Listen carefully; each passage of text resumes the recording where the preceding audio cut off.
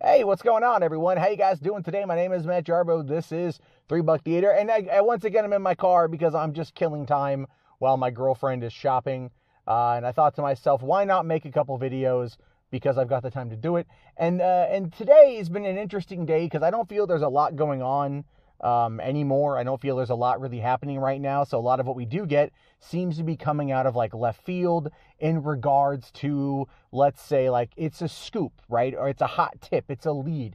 You don't know if it's real, you don't know if it's fake, but it's fun to speculate on. And I think when it comes to possibilities of what's being made versus other avenues, it's definitely something worth talking about. So this is coming from Tim Vo and Lords of the Long Box, who is a channel here on YouTube.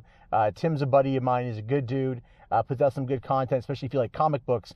And he had this hot scoop coming to him from his friend, the Black Knight. Now, the Black Knight obviously is an anonymous moniker. This person who apparently has his fingers on the pulse of what's happening with DC and Marvel and other things as well. And so essentially what the Black Knight is saying is that Feige is in this weird position where he's got now all of these toys in the toy chest, right? All of these new toys, that would be X-Men, all of these new things. And what he wants to do, as fast as humanly possible, is get them out there. And I think this is kind of what we've seen out of Bob Iger. Iger said that there were like 7 shows in development for Disney Plus coming in from the MCU. We know that like WandaVision and Loki and Falcon and Winter Soldier and What If and She-Hulk and Moon Knight and Miss Marvel, that's 7 shows right there. But there's also all the other speculative stories, right? We know that Marvel TV basically got rid of all of its live action content outside of Hellstrom for Hulu. And it does kind of feel like a lot of the stuff's going to be moving its way over to the MCU. So what Tim is saying is that apparently Feige really wants to push Gambit and wants to bring that character through an MCU series to either Disney Plus or something like Hulu, or maybe even like, and this is my personal speculation, potentially FX. And the reason why I say that is because just starting here in a couple days, or it just started, FX is now streamable on Hulu, meaning all the content that is available on FX will be made available the next day on Hulu. And that is what they're doing in order to bring in more people to get the Disney Plus, Hulu, and ESPN combo for $13 a month. Keep in mind, Disney is all about trying to make sure that a lot of people are watching this content. And that could be something that comes out of this specific situation. And again, it's all speculation, it's all rumor, it's all conjecture. Take it with whatever grain of salt you want. But in my mind, it's more fun to just kind of talk about why this could be real and what this could potentially mean. So if I'm going to assume that it's real, here's why I think it might be. So I think it might be because we know that Feige, again, all these new toys, wants to get the X-Men, get mutants into the MCU as fast as he possibly can. There's a reason why Phase 2 is literally only 2 years, when every other phase is a couple years, if not 3 or more, generally speaking about 3 years. We know that in 2021, or 2022, it's going to be like Black Panther, I think Guardians of the Galaxy Volume 3. There is a number of films that are going to be coming out in 2022, kicking off Phase 5, never mind the shows that are going to be coming to Disney Plus. And one of the things I think is happening right now with Disney Plus is they are realizing that they had such success with The Mandalorian, but The Mandalorian is over until, well, till this year sometime, and we're not going to get Cassian Andor or Obi-Wan for quite some time. Apparently, the scripts for both shows are being rewritten, allegedly. We have no confirmation on that one way or another, but except from Ewan McGregor, who says that the scripts for Obi-Wan are being rewritten, and then that's going to be going into production early next year, set to come out at the end of 2021. But we know that a lot of people are kind of looking at Disney Plus, here it's been 3 months, and going, is there anything really there worth watching if I don't have kids?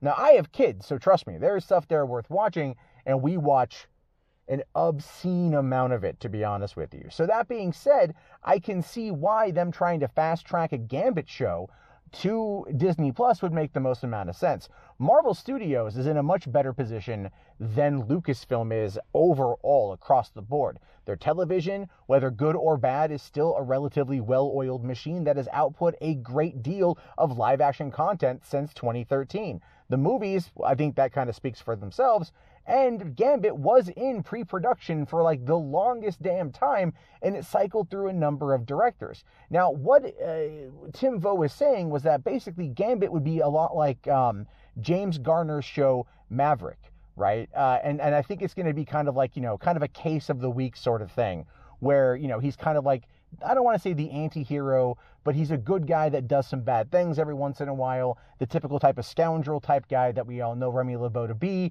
and that, of course, would be how they want to kind of frame the show. That's what he says. I have no idea if that's real or not, but it does seem to make a bit of sense, looking at, like, the swagger of James Garner, not only with, let's say, the Maverick series, but there was another show he did whose name I can't remember right now.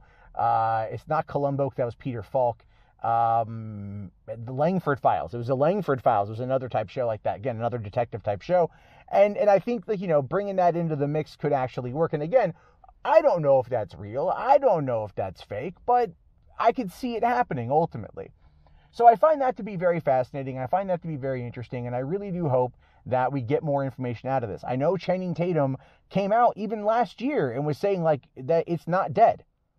Right? And Channing Tatum's career right now is in a place where it's not great. Right? And so remember, Channing Tatum was actively pushing Marvel to go and direct the Gambit movie. He wanted Kevin Feige to greenlight his Gambit movie that he would direct. That is real. That was a real report. So what if, and again, this is just speculation, what if you have someone like Channing Tatum who is out there and who is going out and he's like going, look, I'll do the TV show.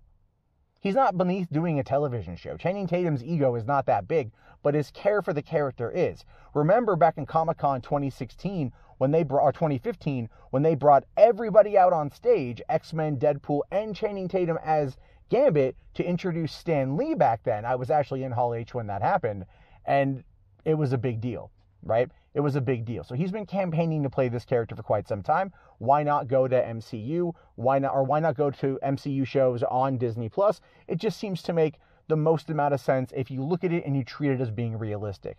On the other side, because we don't know specifically if it's going to happen or not, it's just fun to talk about. And I have always want to hear your thoughts. I want to hear your guys' opinions on this one. Let me know down in the comments below. I will talk to you guys all later. If you like the car videos, I'll talk to you. Let me know. This is weird for me. I'm sitting in a Walmart parking lot. I'm just talking into my camera and I feel kind of like an idiot, but that's okay. I do YouTube for a living. I am always an idiot. All right, guys, I'll talk to you later. Have yourself a great day and peace out.